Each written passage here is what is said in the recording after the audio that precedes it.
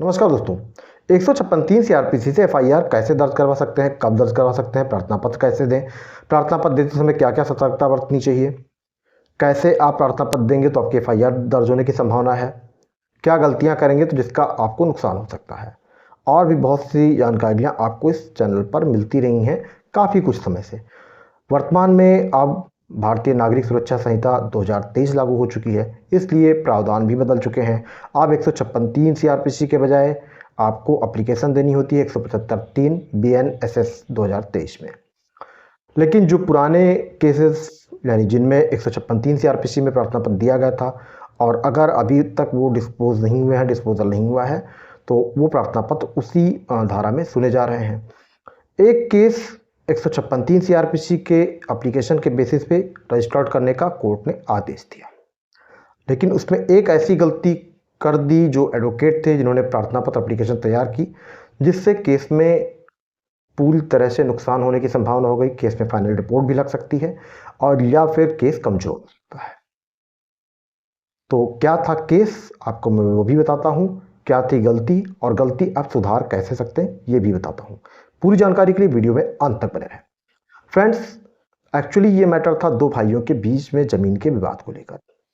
एक भाई ने दूसरे भाई की ज़मीन हड़पनी चाहिए और इसलिए उसके ज़मीन को हड़पने के लिए गलत मनगढ़ंत कागजात तैयार करके और सूट फाइल करके रखा, जो कि ऑलरेडी कोर्ट ने खारिज कर दिया।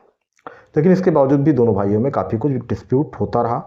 डिस्प्यूट इस स्तर तक बढ़ा कि एक भाई ने फर्जी एप्लीकेशन देनी चाहिए और जिस पे कोर्ट ने 156(3) सीआरपीसी में ही उस एप्लीकेशन को खारिज कर दी। दूसरे भाई ने भी, जो वास्तविक जेन्युइन पर्सन था, उसने एप्लीकेशन दी और वो एप्लीकेशन कोर्ट ने अलाउ कर दी और एफआईआर रजिस्टर्ड करने का आदेश कर दिया 156(3) सीआरपीसी में अंतर्गत धारा 419, 420, 467, 468, 471 आईपीसी में। लेकिन एप्लीकेशन देते समय एडवोकेट ने की थोड़ी सी लापरवाही। और लापरवाही क्या की, जो उस ज़मीन का गाटा संख्या था यानी जो ज़मीन का नंबर था वो बदल दिया, वो गलती से दूसरी ज़मीन का डाल दिया, जबकि जो प्रीवियस कोर्ट का ऑर्डर था वो डेट सही थी। लेकिन अब चूंकि गाटा नंबर गलत होने की वजह से एफआईआर पूरी तरह से देखा जाए तो रॉन्ग हो जाती है, क्योंकि भाई 156(3) सीआरपीसी से आप एफआईआर दर्ज करवाने की एप्लीकेशन दे रहे हैं, एडवोकेट दे रहा है जो कि क्वालिफाइड पर्सन है, उससे ऐसी गलतियां नहीं होनी चाहिए। बट ऐसी गलती हो गई, एफआईआर भी रजिस्टर्ड हो गई।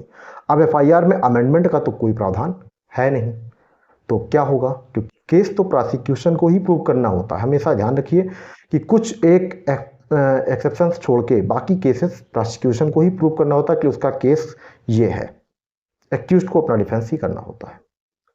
तो अब सिचुएशन ये है कि प्रोसिक्यूशन इस केस को कैसे प्रूव करे, मीन्स कारण है कि अभी तो एफआईआर रजिस्टर्ड हुई है, इन्वेस्टिगेशन चल रही है, लेकिन इसे सुधारा कैसे जा सकता है या ये केस फाइनल रिपोर्ट लग के खत्म हो जाएगा। फ्रेंड्स, केस में एफआईआर खाली बस एक सूचना होती है, ये ध्यान रखिए हमेशा कि एफआईआर केवल एक सूचना के लिए होती है।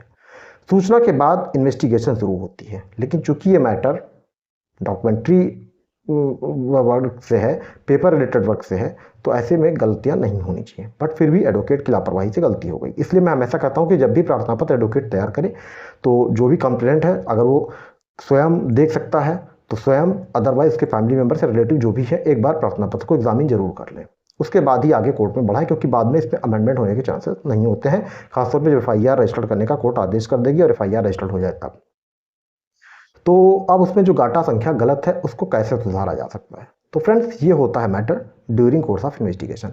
आईओ के पास ये अधिकार है कि वह साक्षियों का बयान एकत्र करे, कंप्लेनेंट का बयान ले, इसके बाद एक्यूज पर्सन का बयान ले, जो पेपर्स हैं उनको कलेक्ट करे और पेपर में ये चीज़ें देखें कि हाँ क्या इसमें मेंशन है, क्या गलतियां हैं, क्या इनके ऊपर आरोप बन रहे हैं और क्या सही संख्या है। तो जो गाटा संख्या उसमें गलत हो गई थी, जो जमीन का नंबर उसमें गलत हो गया था, अब during course of investigation IO उसे सुधार सकता है और उस आधार पर आरोप पत्र तैयार करके आरोपियों के विरुद्ध न्यायालय में आरोप पत्र प्रेषित कर सकता है। यही एक तरीका है कि जिससे गलती सुधारा जा सकता है। बट यहाँ पर एक ध्यान रखने वाली बात है कि कॉन्ट्राडिक्शन तो हो ही गया, मेजर कॉन्ट्राडिक्शन हो गया, क्योंकि आपने जो प्रार्थना पत्र दिया वैसे 156(3) सीआरपीसी दिया, बहुत सोच समझ कर दिया, बट उसके बाद भी आपने इतनी बड़ी गलती कर दी गाटा संख्या मेंशन करने में। और जिस गाटा संख्या को मेंशन किया गया उसका डिस्प्यूट ही नहीं है, कोई डिस्प्यूट किसी दूसरे गाटा का है। ऑर्डर डेट जो थी वो सही थी, जो कोर्ट ने ऑर्डर पास किया था वो सही था, लेकिन ऐसी गलतियां ना हो इसलिए मैं आपको सजेस्ट करता हूं कि आप हमेशा एडवोकेट के भरोसे भी ना बैठें। एडवोकेट ने अगर प्रार्थना पत्र तैयार कर लिया तो एक बार आप स्वयं एग्जामिन कर लें या अपने रिलेटिव्स या फैमिली मेंबर्स को एग्जामिन करने के लिए बोल दें, उसके बाद ही प्रार्थना पत्र दें। क्योंकि आपका केस कमज़ोर होगा तो मे भी फाइनल रिपोर्ट भी लग सकती है, खासतौर पर अगर कोई केस डॉक्यूमेंट बेसिस पे होगा तो। और या फिर चार्जशीट आएगी भी तो मेजर कॉन्ट्राडिक्शन एफआईआर और चार्जशीट में हो जाएगा, हो सकता है बयान में भी बाद में कॉन्ट्राडिक्शन निकल के सामने आए। तो फ्रेंड्स, इसलिए प्रार्थना पत्र देते समय ये जरूर ध्यान रखें। आज की वीडियो में बस इतना ही। महत्वपूर्ण जानकारी के साथ नए वीडियो में फिर से मिलेंगे अगले सोमवार को। जय हिंद, धन्यवाद।